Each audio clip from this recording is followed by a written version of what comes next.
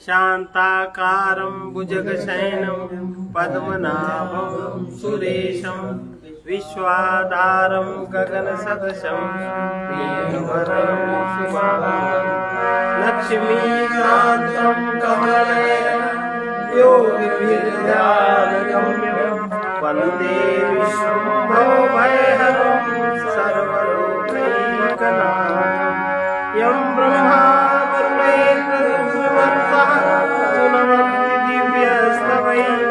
वेदैः साङ्गपदक्रमोपनिषदैः गायन्ति यमसामगा ध्यानावस्थितगद्गतेन मनसा पश्यन्ति यमयोगिनो यस्यान्तं न विदुषुरासुरगणा देवाय तस्मै नमः। आज हम लोग अब पंचदशी में अविद्या की परिभाषा देखेंगे। अविद्या किसे कहते हैं? क्योंकि जो चिदाभास तो मिथ्या है, अधिष्ठान रूप से जो चैतन्य है, फिर भी जो लिंग देह माने सूक्ष्म शरीर है तथा उस सूक्ष्म शरीर में जो चित छाया है, उन तीनों का संघात ही जीव कहलाता है। चिदाभास मिथ्या है, फिर भी यह सत्य प्रतीत होता है, क्योंकि उसका अधिष्ठान शुद्ध चैतन्य उसे अपना सत्यत्व प्रदान कर रहा है। सूक्ष्म शरीर आदि अंत वाला है, इसलिए इसके अधीन चिदाभास भी उसी तरह है। केवल शुद्ध चैतन्य कूटस्थ ही जीव का नित्य स्वरूप है। अविद्या किसे कहते हैं? अविद्या अयम जीवो न कूटस्थम विविनक्ति कदाचन अनादिरविवेकोऽयं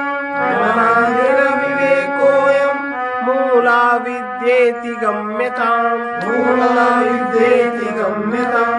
यह जीव किसी भी काल में अगर उसको प्रेरणा न हो, अगर उसके साथ दुख की तपन न हो, तो यह जीव किसी भी काल में कूटस्थ का विवेक नहीं करेगा, क्योंकि उधर की ओर उसको देखना ही नहीं। यह अविवेक जो यह ज्ञान है, यह अनादिकालीन है और इस अविवेक को ही मूल अविद्या समझना चाहिए। यह अविवेक ही मूल अविद्या है। जीव के कारण कूटस्थ ढक गया और अन्योन्याध्यास हो गया। इसका कारण मूल अविद्या है। अनादिकाल से इस अविद्या के कारण जीव अपने स्वरूप पर विचार नहीं करता। अविद्या दो प्रकार की है, एक मूल अविद्या, दूसरा तूल अविद्या। मूल अविद्या किसे कहते हैं? जो अनादिकालीन है, सबसे पहले सबसे बड़ी जो अविद्या है। मूल अविद्या क्या है? ब्रह्म और आत्मा की एकता को भुला देने वाली मूल अविद्या है। इसके कारण उत्पन्न हुआ देहाभिमान और जगत में सत्यत्व बुद्धि तूल अविद्या है। देखिए, मूल अविद्या ब्रह्म और आत्मा की एकता को भुला देने वाली मूल अविद्या, जिसके कारण ब्रह्म और आत्मा की एकता विस्मरण हो जाती है, हम भूल जाते हैं, उसका नाम है मूल अविद्या। और उस कारण से, भूलने के कारण से, अब चिदाभास के सामने आ गया शरीर और शरीर में उत्पन्न हो गया मैं देह हूं, देहाभिमान, और उसके सामने जो जगत है उसमें सत्यत्व बुद्धि, ये तूल अविद्या है, दूसरी प्रकार की।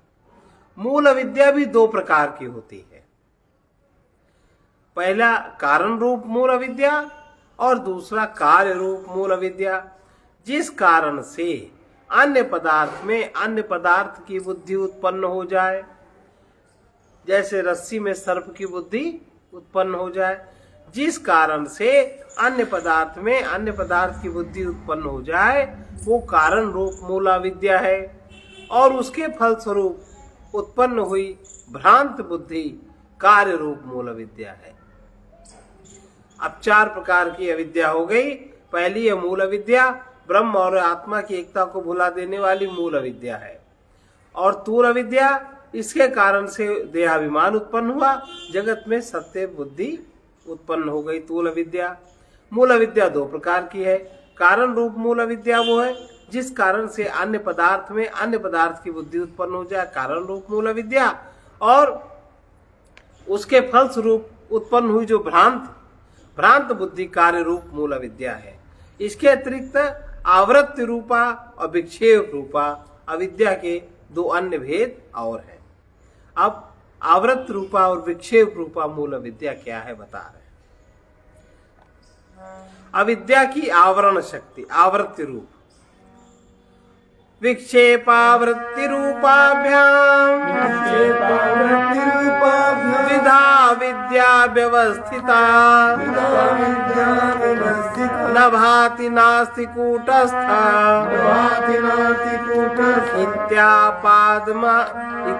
इत्यापादनमावृत्ति। आवृत्ति और विक्षेप रूपा अविद्या दो प्रकार की है। अब आवृत्ति रूपा विद्या क्या है कि हमें कूटस्थ का आभास नहीं होता। हम लोग कहते हैं ना कि आत्मा का, अगर ऐसी आत्मा है तो उसका तो आभास है नहीं, कूटस्थ का आभास नहीं है, नहीं होता, इसलिए कूटस्थ नहीं है। हमें जो चीज दिखाई देती है उसी का आभास होता है। अब वो चाहे शब्द इंद्री से दिखाई दे, चाहे स्पर्श इंद्री से पकड़ी जाए, चाहे रूप इंद्री से पकड़ी जाए, चाहे रस इंद्री से पकड़ी जाए और चाहे गंध इंद्री से पकड़ी जाए, तो जो हमें जिसका आभास नहीं है, कूटस्थ का आभास नहीं है और कूटस्थ नहीं है, इस प्रकार का निश्चय आवरण कहलाता है। अविद्या के दो कार्य हैं, एक तो वो वस्तु को आवृत कर देती है और दूसरी वहां किसी अन्य वस्तु की कल्पना कर लेती है। पहला कार्य आवरण और दूसरा कार्य विक्षेप कहलाता है। कूटस्थ प्रकाशित नहीं है तो कूटस्थ नहीं है ऐसा समझना आवरण है। जैसे सूर्य को बादल ढक लेते हैं, वैसे ही अविद्या कूटस्थ को आवृत कर उसके ना होने का अनुभव कराती है।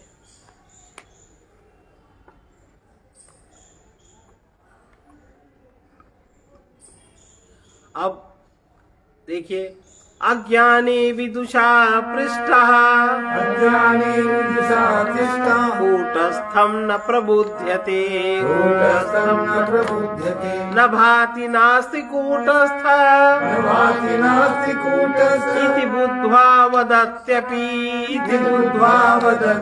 विद्वान पुरुष एक अज्ञानी से कूटस्थ के विषय में पूछता है तो अज्ञानी कहता है क्योंकि कूटस्थ हमारे जानने में नहीं आता, कूटस्थ हमें दिखाई नहीं देता, कूटस्थ नहीं है, ऐसा वो ये अनुभव करता है और कहता भी है। अविद्या और आवरण होने का प्रमाण बता रहे हैं। यह प्रश्न आने पर कहते हैं कि अज्ञानी व्यक्ति का अनुभव ही इसका प्रमाण है।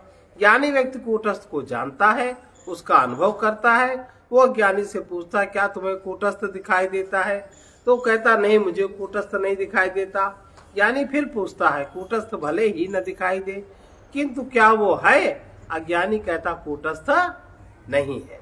अज्ञानी व्यक्ति का अपने अनुभव से ऐसा कहना ही सिद्ध करता है कि अविद्या है और उसने कूटस्थ को आवृत कर रखा है। अब ब्रह्म सूत्र में भगवान शंकराचार्य का उपयोद्घात क्या है। स्वप्रकाशे कुतो विद्या तां विना कथमावृत्ति इत्यादि तर्क जालानि स्वानुभूतिर्ग्रसत्यसौ। आत्मा स्वयं प्रकाश है, उसमें अविद्या कैसे हो सकती है, और अविद्या अगर नहीं है तो आवरण कैसे हो सकता है। इस प्रकार समस्त तर्कजाल अपनी आत्मानुभूति को ग्रस्त कर लेते हैं। अनेक प्रकार के और लोग हैं, वेदांत में और भी संप्रदाय है। कुछ संप्रदाय अविद्या कहीं भी हो किंतु अज्ञानी व्यक्ति है, यही उसके होने का पर्याप्त प्रमाण है। यदि हमें अपना कूटस्थ रूप नहीं दिखाई देता या अनुभव में नहीं आता तो यह मान लेना चाहिए कि हमारे साथ अविद्या लगी है और उसी ने कूटस्थ को आवृत कर रखा है। अतः हमें अन्य कुतर्क छोड़कर अविद्या को नष्ट करने का प्रयास करना चाहिए। यदि हम अविद्या और स्वयं प्रकाश आत्मा के संबंध में तर्क वितर्क करते रहेंगे तो उससे आत्मा अनुभव प्राप्त नहीं होगा और हम अपने लक्ष्य से ही भटक जाएंगे। स्वानुभूतावविश्वासे तर्कस्याप्यनवस्थिते कथं वा तार्किकं मन्य तत्त्वनिश्चयमाप्नुयात्। अपने अनुभव पर विश्वास न हो और तर्क में अनवस्था हो तो फिर तर्क का अभिमानी व्यक्ति को तत्व का निश्चय किस प्रकार हो सकता है। यद्यपि विद्या और आत्मा पर उसका आवरण अनुभव से सिद्ध है, फिर भी तर्क करने वाले व्यक्ति कहते हैं तर्क विरुद्ध अनुभव भ्रामक भी हो सकता है। इस पर विश्वास कैसे किया जाए। आकाश में सूर्य अनुभव से एक कटोरे में बराबर दिखाई देता है। आकाश में स्थित सूर्य अनुभव से एक कटोरे में पूरा सूर्य दिखता है कि नहीं। अब इसमें आप तर्क दीजिए। अब किंतु ये सत्य नहीं है।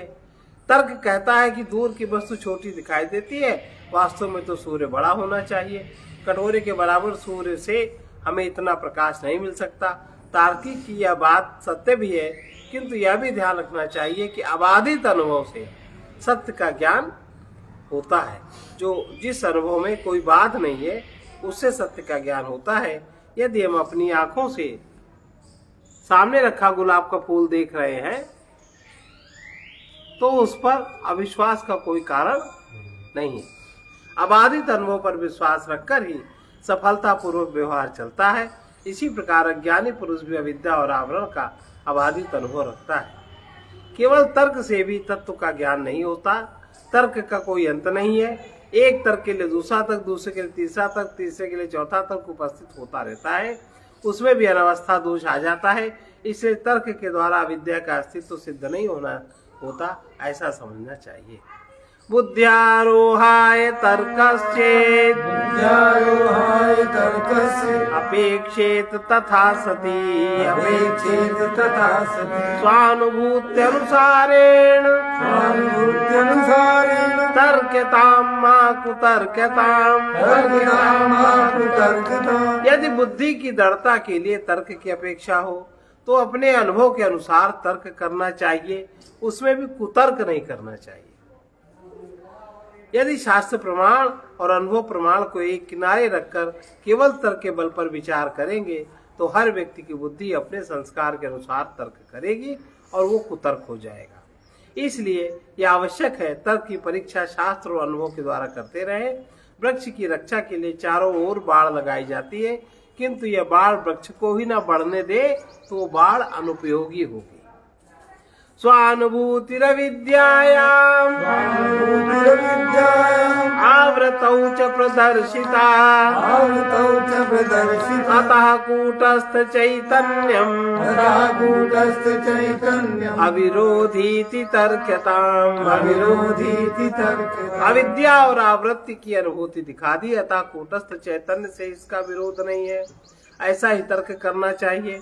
अविद्या कूटस्थ को आवृत कर लेती है, अनुभव से सिद्ध है। अतः तर्क यही कहना चाहिए कि कूटस्थ और अविद्या में विरोध नहीं है।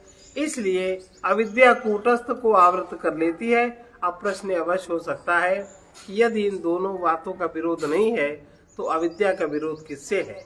अब अविद्या का विरोध किससे ये बता रहे हैं। तच्चेद विरोधी के नेयम आवृत्तिर्ह्यनुभूयताम् विवेकस्तु विरोधस्यास्तु तत्त्वज्ञानिनि दृश्यताम्।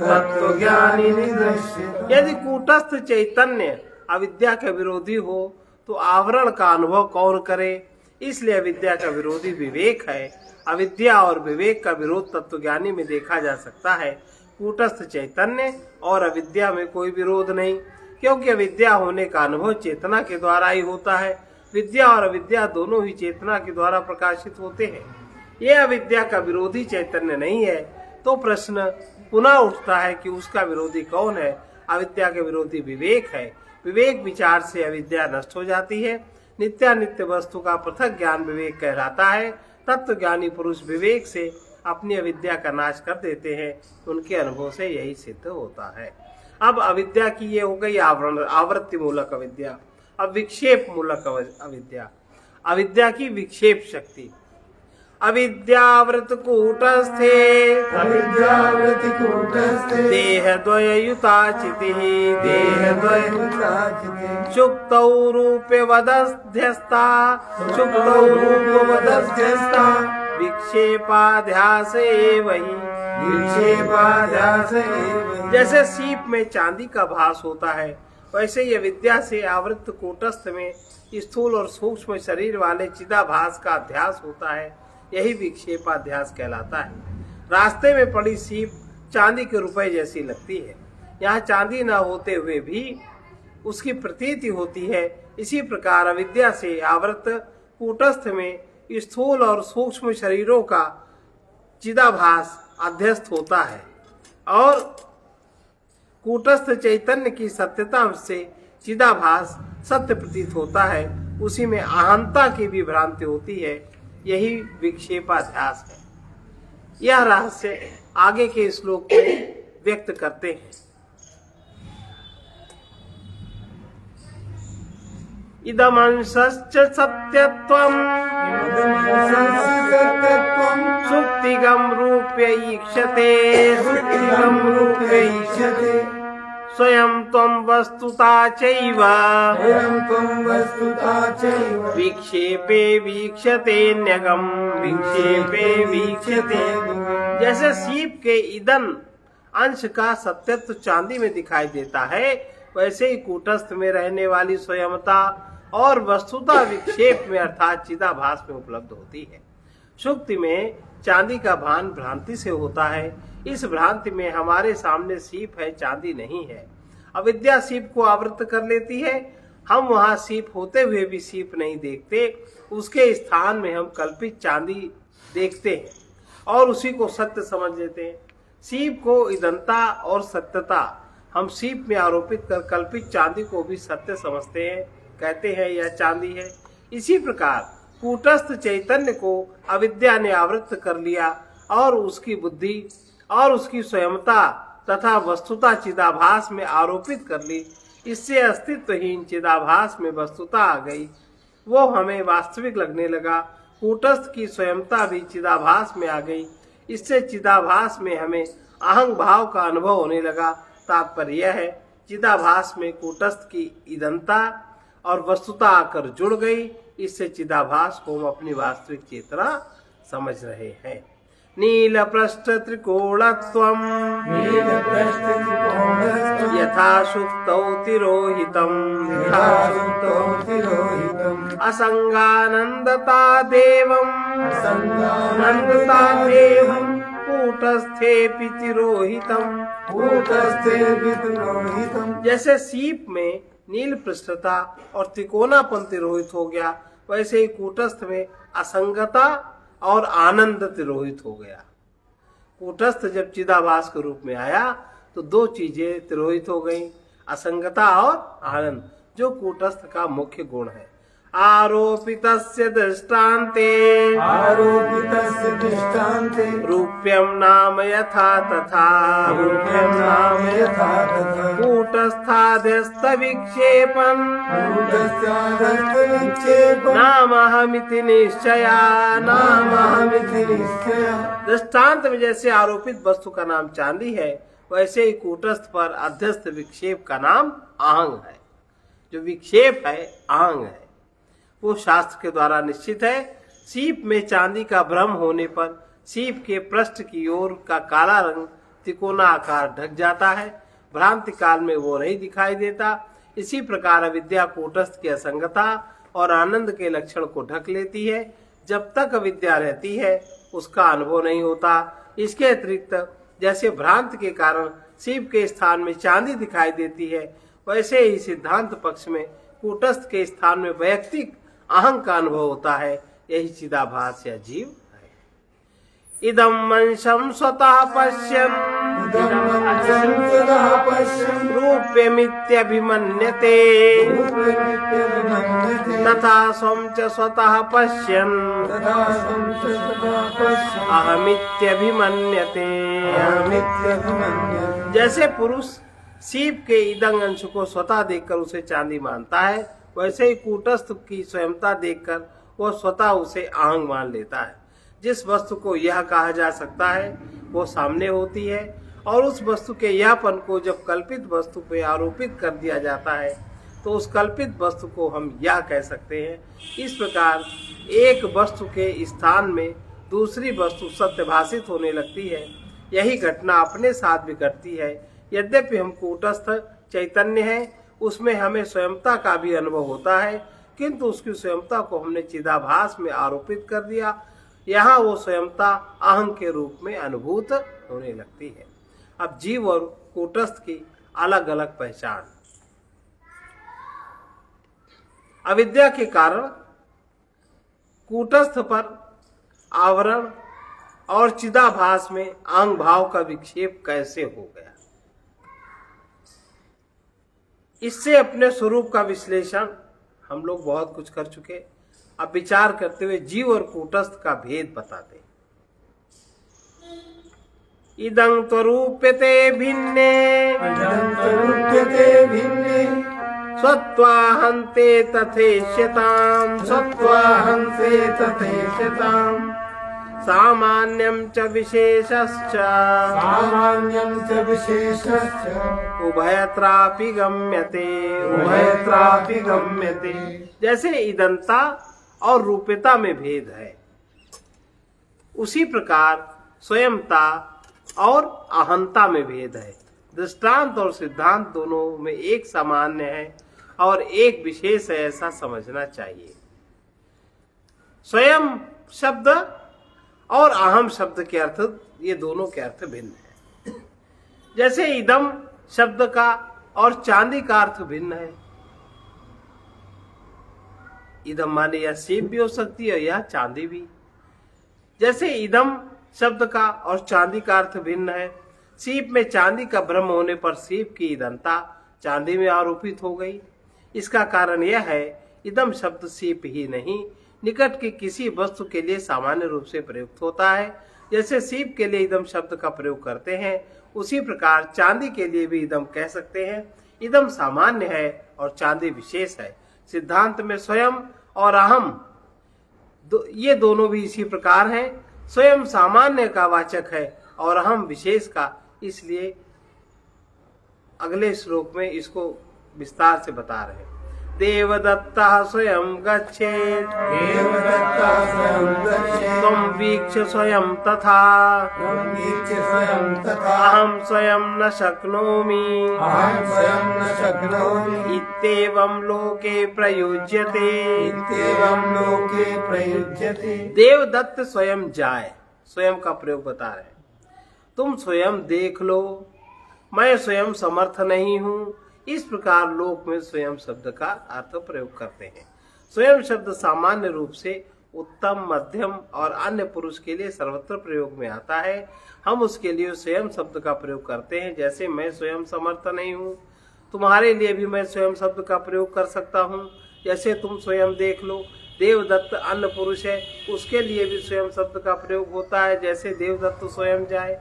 इन वाक्यों में स्वयं शब्द मैं, तुम और देवदत्त के लिए सामान्य रूप से प्रयोग में आया है।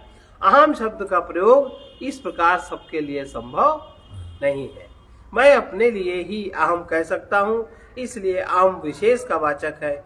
स्वयं और अहं पर्यायवाची शब्द नहीं है। इदं रूप्यमिदं वस्त्रम् इति यद्वदिदं तथा असौ त्वमहमिष्येमित्येषु असौ त्वमहमित्येषु स्वयमित्यभिमन्यते।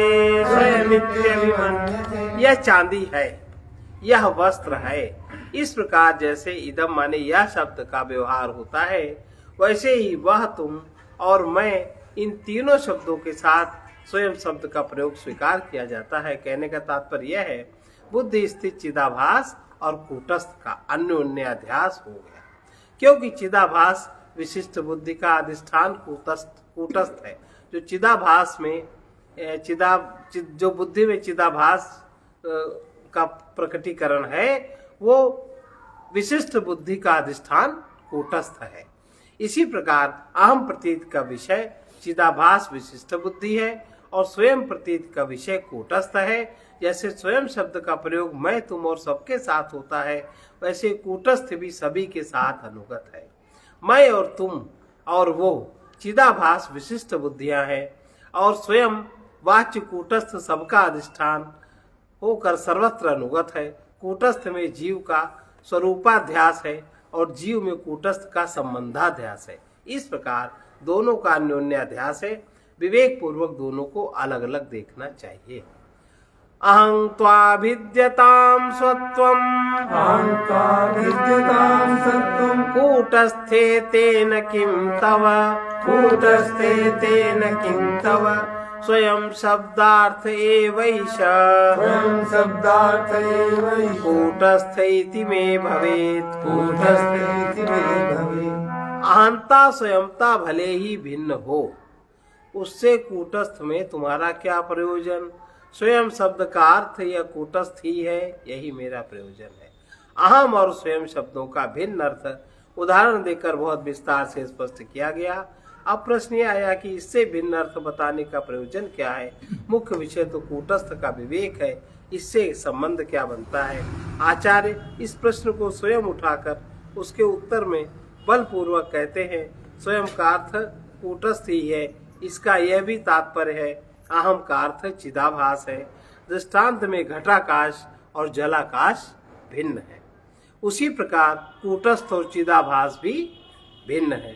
अपने अहंकार के अनुभव से हम चिदाभास सरलता से पहचान सकते हैं। अहम की विशेष वृत्ति है। जो चिदाभास है वो अहम की विशेष वृत्ति है। इसे हर व्यक्ति अलग अलग अनुभव करता है, किंतु स्वयं शब्द सामान्य है और वो सामान्य कूटस्थ का वाचक है। मैं तुम और वो सबके साथ प्रयुक्त स्वयं शब्द कूटस्थ के लिए ही बोला जाता है। ये कूटस्थ सबके लिए अहंकार का अधिष्ठान है, माने अहंकार का केंद्र है। अन्य तो वारकम स्वत्वम अन्यद्वारकं सत्त्वं मिति चेदन्यवारणम मिति चेदन्यवारणम कूटस्थ स्यात्मतां वक्तु कूटस्थस्यात्मतां वस्तु इष्टमेव हि तद् भवेत्। ईश्वरेण हि तद्भवेत्। अगर कहो वो कि स्वयंता अन्यत्व का निवारण करती है तो अन्य का वारण कर कूटस्थ को ही आत्मा कहना मुझे भी इष्ट है। पूर्व पक्षी इसमें कह रहा है कि स्वयं शब्द अन्यत्व का निवारण करने के लिए है, ये कूटस्थ का बोध कराने वाला नहीं है। अतः स्वयं शब्द का अर्थ कूटस्थ है, यह कैसे कहा जा सकता है।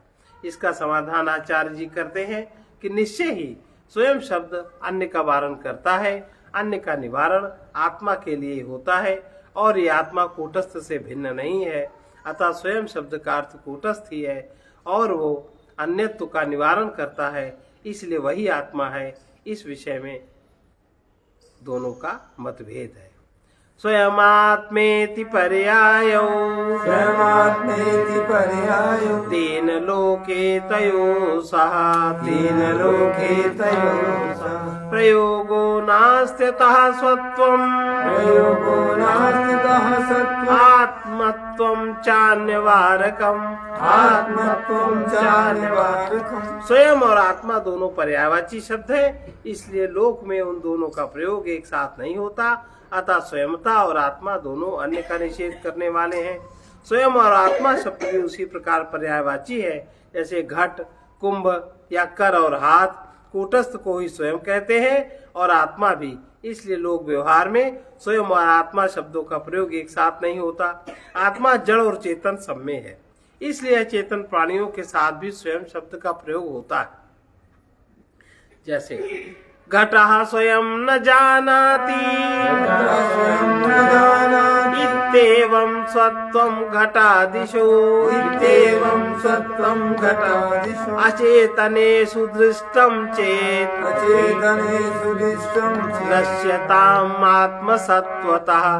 नश्यताम् आत्मसत्त्वतः। यदि कहो कि घट स्वयं को नहीं जानता, इस प्रकार घट आदि अचेतन पदार्थ में भी स्वयंता देखने में आती है, तो भले ही देखने में आए, उसमें आत्मा का सद्भाव है।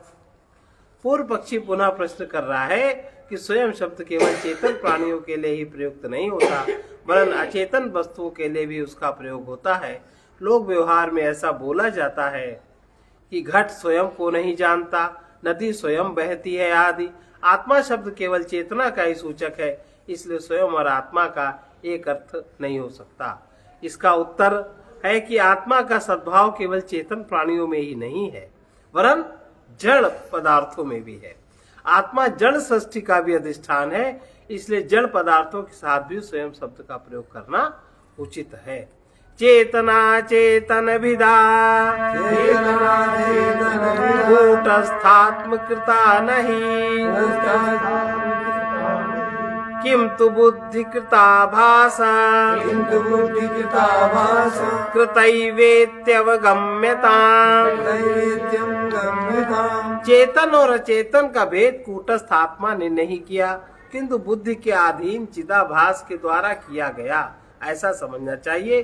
कूटस्थ आत्मा सर्वत्र एक समान चित्त स्वरूप है, उसमें जड़ चेतन का भेद नहीं है। आत्मा ने भेद नहीं किया। माया शक्ति से उत्पन्न सृष्टि में ही जड़ चेतन का भेद है। बुद्धि में स्थित चिदाभास चेतन कहलाता है। मनुष्य आदि प्राणियों में बुद्धि सहित चिदाभास है, इसलिए वे चेतन कहलाते हैं।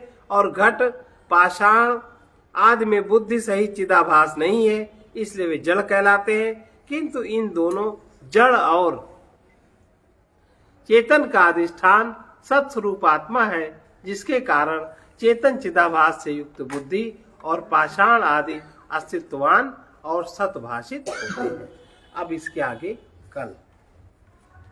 श्री राम जय राम जय जय राम, श्री राम जय राम जय जय राम, श्री राम जय राम जय जय राम, श्री राम जय राम जय जय राम। अब साधन की बात करते हैं कि अपने समय पर अपनी शक्ति पर बहुत कड़ी दृष्टि से हिसाब रखना चाहिए। एकांत में बहुत सावधान रहना चाहिए। व्यर्थ के चिंतन मनन से जितना ही चरितार्थ होगा, उतना ही दृढ़ पुरुषत्व का निर्माण होगा और जीवन गौरवशाली बनेगा। गौरवशाली माने आत्मोन्नत, आत्मस्थित, दुख से रहित। यदि विवेक दृष्टि से काम करें तो अपनी ही अज्ञानता मूर्खता के कारण दास्ता की बेड़ियों में तब तक बने रहेंगे जब तक तत्व ज्ञान की दृष्टि अंदर नहीं खुलती, विवेक बोध नहीं होता। जब अपने परम लक्ष्य को भूल जाते हैं, तभी जीवन अनिश्चित, दीन और दुर्बल हो जाता है। अतः लक्ष्य को कभी नहीं भूलना चाहिए। अपने आप का नियंत्रण करने के लिए जितना ही असावधान रहेंगे, उतना ही लक्ष्य से दूर हटते जाएंगे, और जितना ही जागरूकता और सजग रहेंगे, उतना ही ज्यादा लक्ष्य के निकट आते जाएंगे। जितना ही पूर्ण नियंत्रण में सफल होंगे, उतना ही लक्ष्य के निकट हो जाएंगे। अपनी इस पवित्र यात्रा में किसी भी प्रकार की कठिनाइयां आने पर धैर्य, संतोष, सहनशीलता को कभी नहीं छोड़ना चाहिए, वरन इन्हीं सद्गुण बल से उनका सामना करना चाहिए। इसी से चारित्र बल बढ़ता है, गंभीरता आदि सद्गुणों का अधिकाधिक विकास होता है। इस प्रकार इंद्रिय मनोसंयम में ही बुद्धिमत्ता तेजो में रूप धारण करती है। इसी प्रकार की बुद्धिमत्ता में बल और तेज तथा शांति का विकास होता है। अगर हमने शांति में रमण न किया, शांति मिली, अगर शांति में हमारा मन न रमा, तब तो आनंद की अनुभूति होती है। अगर शांति में ही रमण होने लगा, तब हम आनंद से वंचित रह जाएंगे।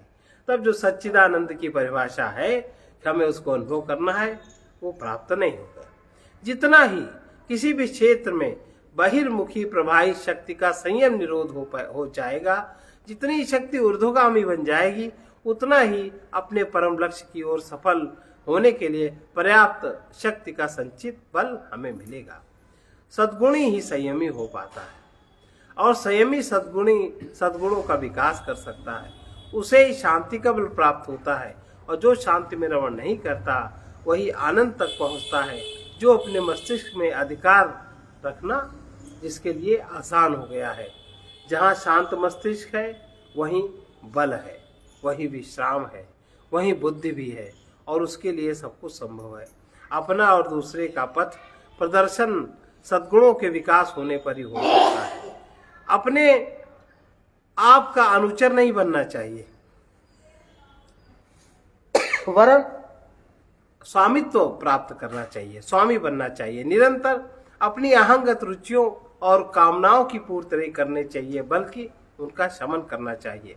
विवेकवान शांत अपने को तभी समझा जाए जबकि क्षुद्र अहम किसी भी वस्तु का अभिमानी न रहे।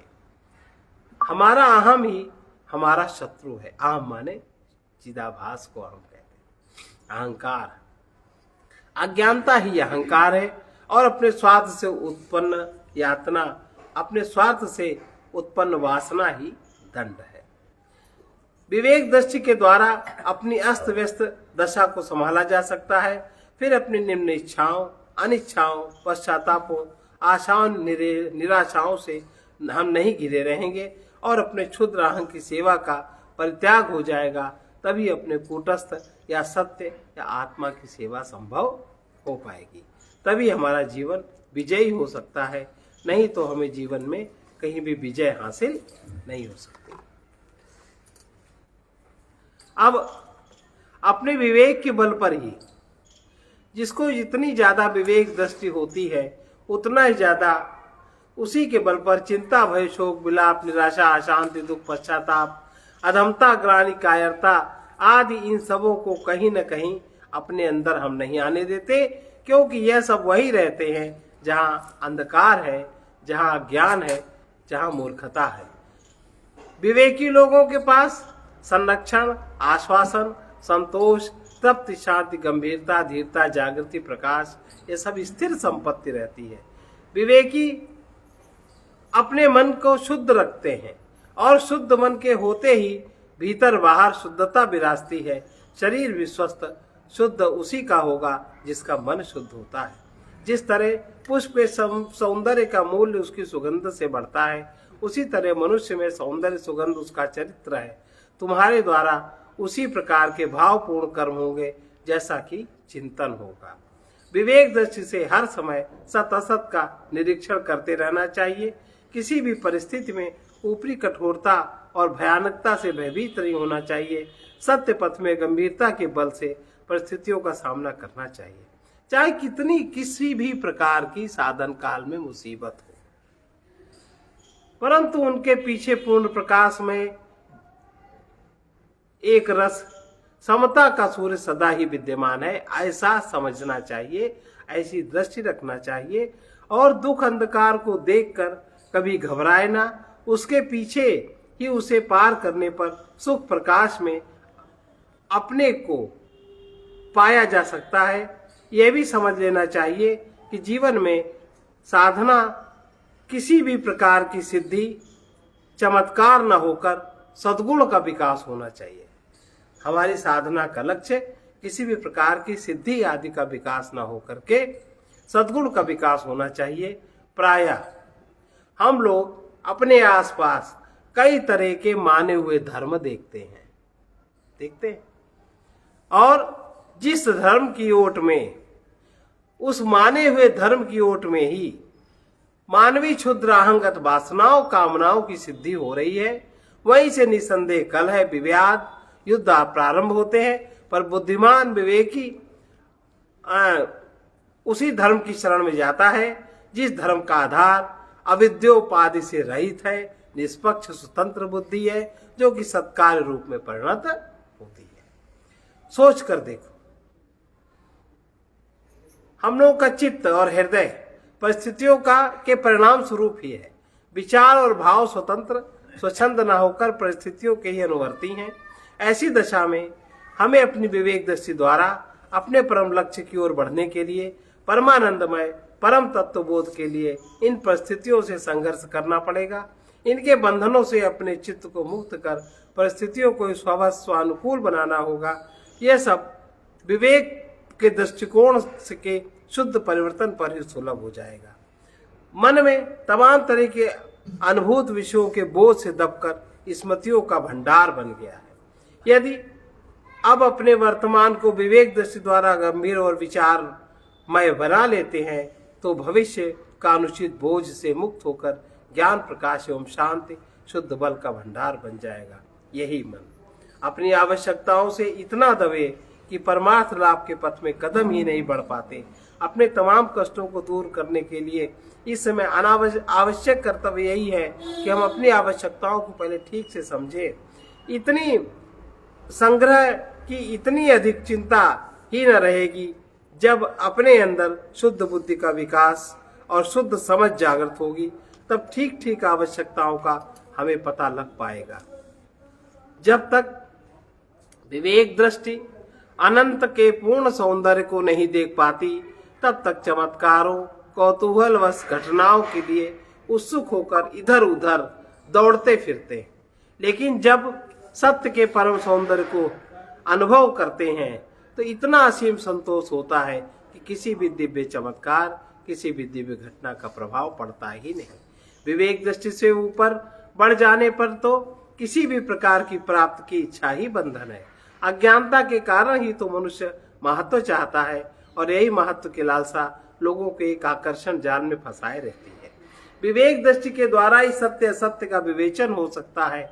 सत्य को न देख सकने के कारण ही मिथ्या अहं की भावनाओं से भयभीत हुआ जा सकता है।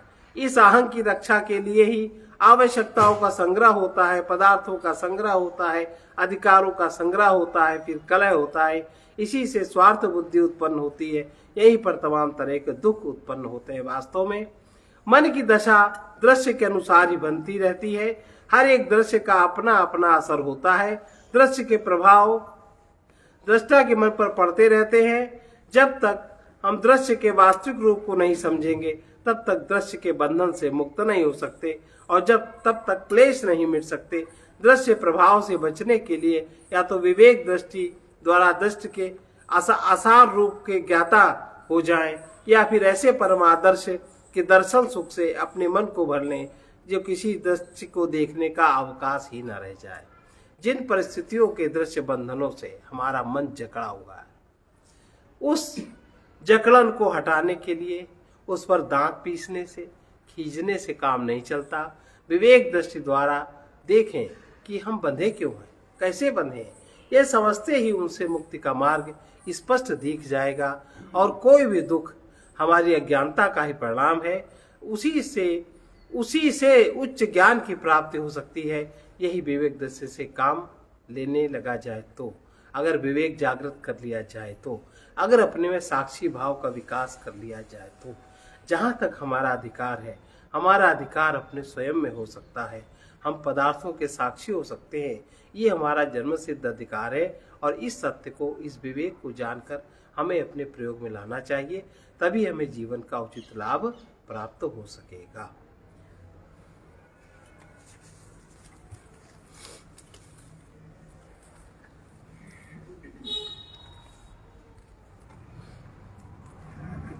सज्जनों उधर सुख दुख में रोने गाने वालों को दे।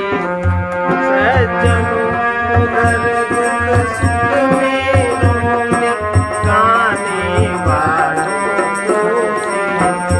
दुख सुख से रहित नित्य आनंद मनाने वालों को दे। दुख सुख से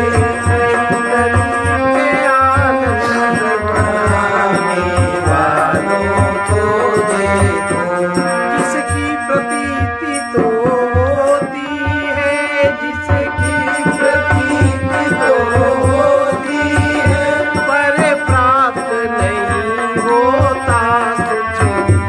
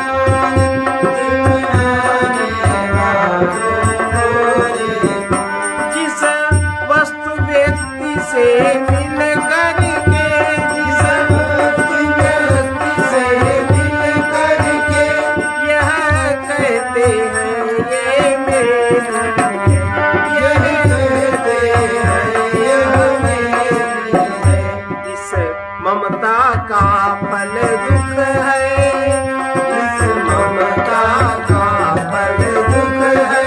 अश्रु बहाने वालों को देखो, इस ममता का फल दुख है। अश्रु बहाने वालों को देखो। सज्जनों उधर दुख सुख में रोने गाने वालों को देखो, सज्जनों उधर रोने गाने वालों को देखो।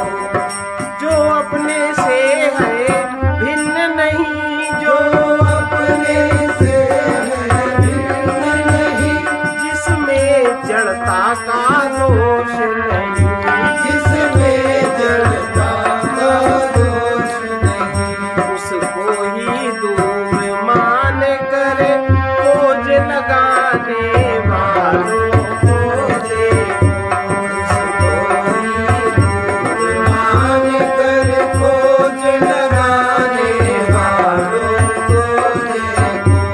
उस अनित्य सुख में अपना जीत फसाने वालों को देखो, उस अनित्य सुख में अपना जीत बसाने वालों को देखो। जब तक वैभव धन मान भोग के रस का मन रागी रहता, जब तक वैभव धन मान भोग के रस का मन रागी रहता, तब तक जैसी गति होती, तब तक जैसी गति होती, वेश बनाने वालों को देखो, तब तक जैसी गति होती, वेश बनाने वालों को देखो। सज्जनों उधर दुख सुख में रोने गाने वालों को देखो, सज्जनों उधर दुख सुख में रोने गाने वालों को देखो। चर्चा चलती है सत की पर, चर्चा चलती है सत की पर, जब रमण असत में होता है, जब रमण असत में होता है। सत्संग रहित उन सत्संगी, सत्संग रहित सत्संगी, कहलाने वालों को देखो, कहलाने वालों को देखो। सत्संग रहित उन सत्संगी, कहलाने वालों को देखो, सत्संग रहित सत्संगी, कहलाने वालों को देखो। दुख सुख से रहित नित्य आनंद मनाने वालों को देखो, दुख सुख से रहित आनंद मनाने वालों को देखो। देखते हुए उसको जानो, देखते हुए उनको जानो जिसकी सत्ता से देख रहे, जिसकी सत्ता से देख रहे। तुम पथिक सजग हो मुक्ति भक्ति के पाने वालों से, तुम पथिक सजग हो मुक्ति भक्ति के पाने वालों को देखो। सज्जनों उधर सुख दुख में रोने गाने वालों को देखो, सुख दुख में रोने गाने वालों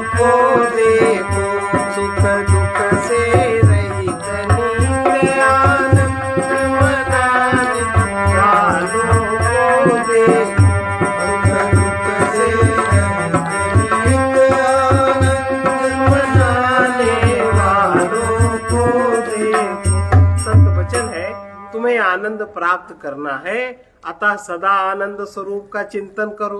तुम्हें प्रेमी होना है, इसलिए प्रेम स्वरूप का मनन करो। सर्वे भवन्तु सुखिनः, सर्वे सन्तु निरामयाः, सर्वे भद्राणि पश्यन्तु, मा कश्चित् दुःखभाग् भवेत्। कृष्णाय वासुदेवाय हरे परमात्मने प्रणतक्लेशनाशाय गोविन्दाय नमो नमः। ॐ सहना भवतु, सहनौ भुनक्तु, सह वीर्यं करवावहै, तेजस्विनावधीतमस्तु मा विद्विषावहै, मा विद्विषावहै। ओम शांति शांति शांति।